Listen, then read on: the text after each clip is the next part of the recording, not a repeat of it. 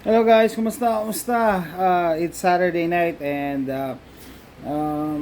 mag-share lang ako ng mga thoughts ko sa mga dumaan sa feed ko today and mga nakikita kong arguments. Actually, generally, nakakatuwa kasi parang marami nang gising ngayon. If you look at or mas active lang tayo. I don't know. If you look at the comments, parang 70-30 no? 70% hindi na naniniwala sa panloloko nila eh. 30% na lang yung pumapalag. Minsan na nga, 20% eh. Tapos pag chinek mo yung profile ng mga pumapalag, ayun yung may bagong pumapalag, yung Chris. Parang one friend lang. Isa lang daw ang friend. So malamang fake account ginawa niyan para lang makapag-troll. Anyway, hindi ko pa nagagawa ng reaction video si ate si ate na nurse. Okay! Yung gumaganon. Naghahanap ng mga peer-reviewed na ebidensya, no? Ay, nako.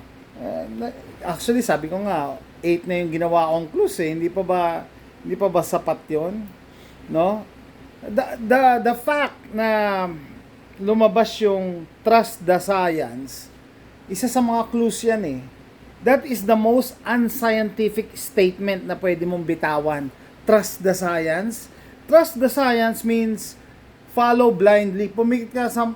Pikit mo yung mata mo, huwag mong pansinin yung mga nangyayari sa paligid mo kahit nagkakamatayan na yan. Basta, trust me, because I'm the expert. Ganon ba ang, ganon na nangyari. So, ganon palang gusto nyo sabihin na, trust the science. That is the most unscientific statement. Dati kasi, pag ikaw ay person of science, man or woman of science ka, ang philosophy is question everything. Dapat ko questionin mo lahat. Hindi trust the science. Diyan nakakabuo ng mga kulto eh. Kulto, mga ano pa ba, yung mga pyramiding, basta mag-trust ka lang. Kikita ka, yung 500 mo magiging yan, 10,000. 'Di ba? Trust lang eh. Hindi mo ko questionin. So, ganyan lang nangyari, 'di ba? Nung panahon ng video, trust the science, and yet we did trusted the science. So initially, lahat naman tayo siguro natakot eh. 'Di ba? Sabi ko sa inyo, ako sumunod din ako sa mga protocols noon, no? Naka-mask paglalabas, at naka-gloves pa nga pag nag-grocery nung nag-lockdown kami dito 1 week. 'Di ba? Lahat tayo natakot, pero time goes by, nakahalata din kami, and yung iba ngayon lang nakahalata, at least nagising kayo, no? Compared nyo sa iba na hanggang ngayon pinaglalaban pa yung katangahan nila. Pinaglalaban pa. I mean, ayun na nga 8 na nga yung clues na ginawa ko, kulang pa.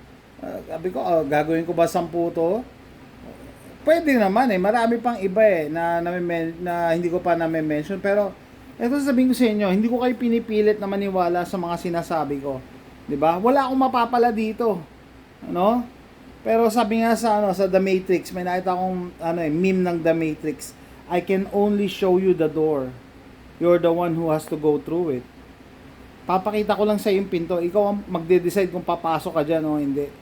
'Di ba? So ganun din yung mga nire-reveal ko dito, yung mga sinishare ko. And then yun nga, si ate na nurse, parang bago pa lang yan na nurse, siguro mga 3 years pa lang yan gumagraduate eh. Hindi ko pa nagagawa ng reaction video, pero okay!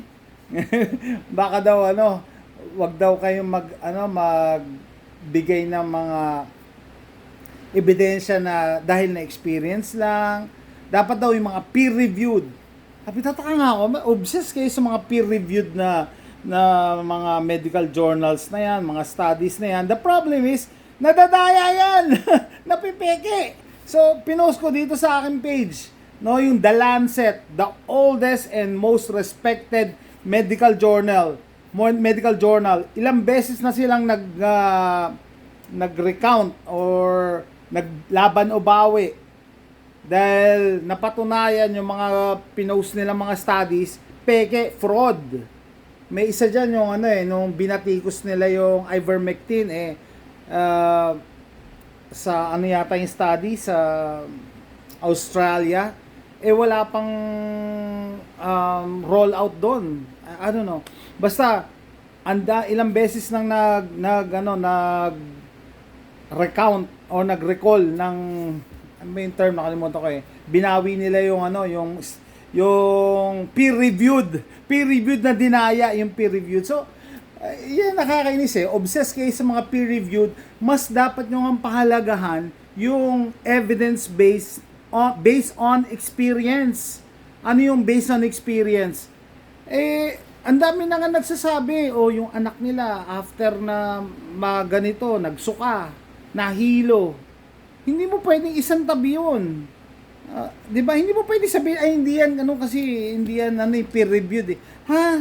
Mas malala nga yun eh, mas mabigat yun eh kasi na-experience mismo ng tao. 'Di ba? Na-experience mismo ng nanay na yung mga anak daw niya ganito nangyari, and I think meron din sinare si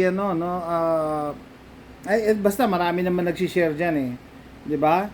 It's up to you kung ayaw maniwala, pero the thing is lumabas na nga ang katotohanan na sinungaling yung science natin. 'Di ba? Sinungaling si Mr. Fauci. Would be a classic illustration of a guy no one should trust. I think there are some scientists who are more honest than others.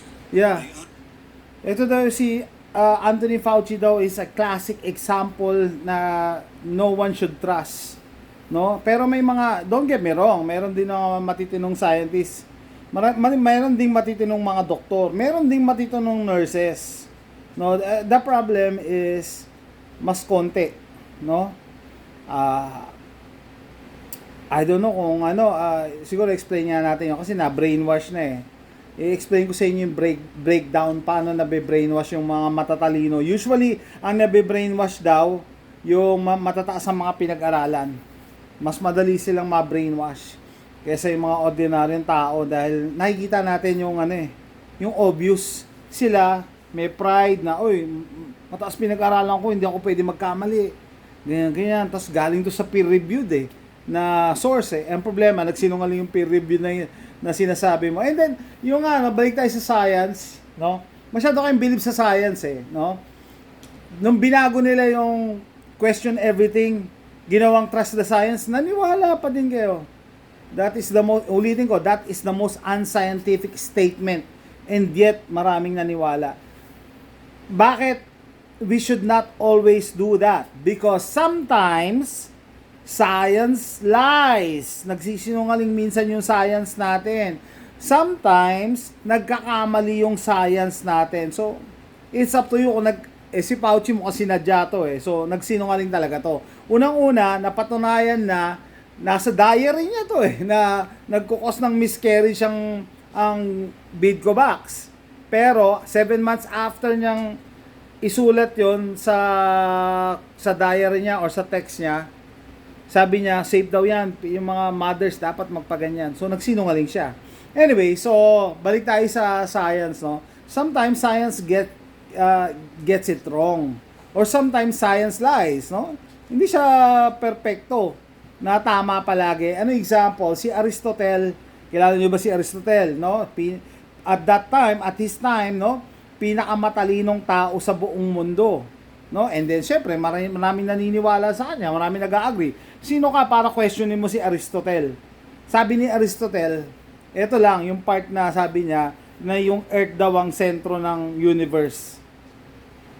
And then napatunayan na mali siya, 'di ba? Yung sun ang sentro ng solar system natin, hindi pa yan universe, 'di ba? So mali si Aristotle, pero at that time nobody will question him. Hindi mo siya pwedeng questionin, siya yung pinakamatalino Trust the science 'di ba? So sino yung sumunod, si Copernicus ba 'yon? Nakalimutan ko yun Hindi, si Isaac Newton. Siya daw ang nakadiscover ng gravity, di ba? Alam niyo ba yung kwento ni Isaac Newton na nagpapahinga siya under the tree, then may nahulog na apple sa ulo niya, and then sabi niya, okay, gravity yan. Siya yung nag-introduce ng gravity sa atin, sa science. And nobody dares question him kasi matalino Science yan scientific, 'di ba? Trust the science. So we trusted him. Ang problema si Isaac Newton naniwala din na you can turn metal into gold, and namatay siya sa pagkain ng mercury. Kumain siya ng lason, mercury. So, kita nyo, yung mga matatalin ng tao, meron din sila mga flaws, may mga mali sila. So, yung motion na dahil science yan, pikit mata na susunod ka na lang at wag mo na siyang kukwestiyonin, sa kahuli-hulihan, baka mapahamak ka. Napatunayan na natin yan sa Dengvaxia, napatunayan na natin yan sa COVID. Oh, by the way, sa COVID, parang hindi pinag-uusapan yata sa Pilipinas si Anthony Fauci. Sabi nung isa nag-comment, hindi daw kilala nila si Anthony, parang sineseparate na nila si Dr. Anthony Fauci, no? Yung mga medical experts natin sa Pilipinas diyan, ayaw magsalita about Anthony Fauci ngayon, no? Kasi sineseparate na nila yung science. Actually, sabi ni Anthony Fauci, 'di ba? He is science, 'di ba? If you tax me, you're taxing science, no? Talagang napaka-arrogante niya. Siya daw si Mr. Science. Pero kita niyo yung ginagawa sa Pilipinas, yung strategy ng mga ibang Pinoy dyan, ng mga experts.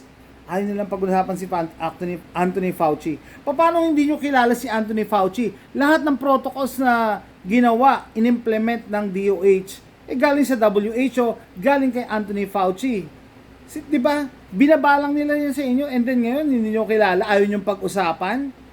Hindi pa rin binabalita sa GMA and TV Patrol yung mga kasinungalingan ni Fauci, yung panluloko niya.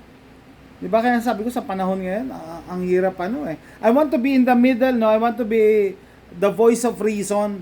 Ayoko talaga maging anti-vax, and ayoko rin maging pro-vax. Kasi both sides may magandang argument, pero right now, ang hirap maging pro-vax mahirap ipaglaban ng ang ganito Ang hirap mamahalin Ang hirap mo ipagtanggol Kasi puro panloloko 2 beses mo na kaming niloko Strike 2 na yung bid ko Strike 1 yung Dengvaxia. Hindi natin alam in the past.